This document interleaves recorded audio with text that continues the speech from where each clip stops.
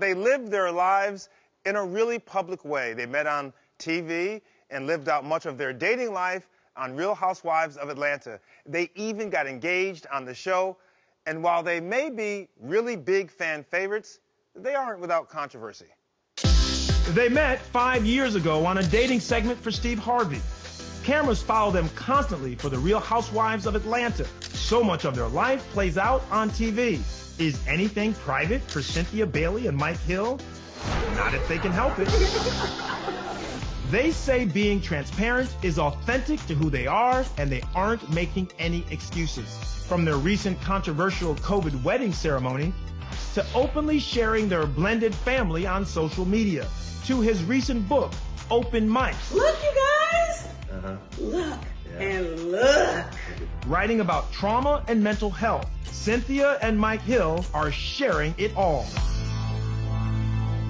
The new Mr. and Mrs. Mike Hill are on Zoom, and they join us now. Hey, guys, welcome to the show. Hi. Hey, Dr. Ian. Good to see you guys.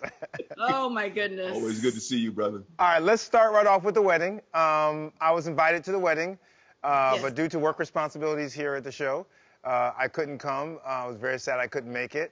But You still owe us a wedding gift, but that's not a problem. A lot of people were invited for the wedding gifts, though. I'm just letting you know. Okay. But listen, guys, you had over 200 people who were invited, and you guys were a little worried because some people did take their mask off, and, you know, it's hard to be completely compliant, but you guys are a little worried about, you know, COVID and that kind of situation, and some people did criticize you guys for it. yes. Mm-hmm.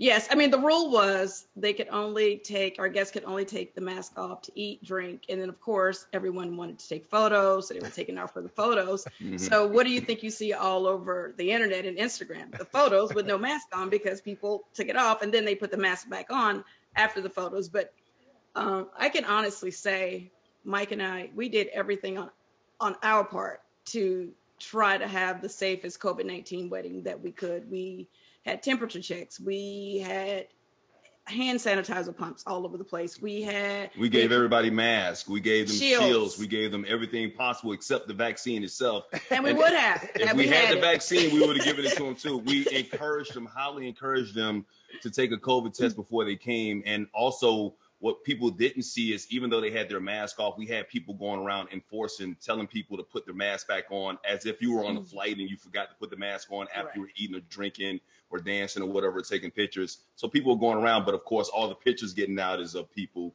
with their mask off. But we tried to be responsible. Yeah. We wanted people to have a good time, but at the same time, we wanted people to be safe. And to our credit, I have to say, by the grace of God, after all those people left the wedding, we have not had one positive case of the coronavirus that has been tracked back to our wedding. Well, we're very happy about that because we don't want to do a super spreader event. We here at the show, we love surveys.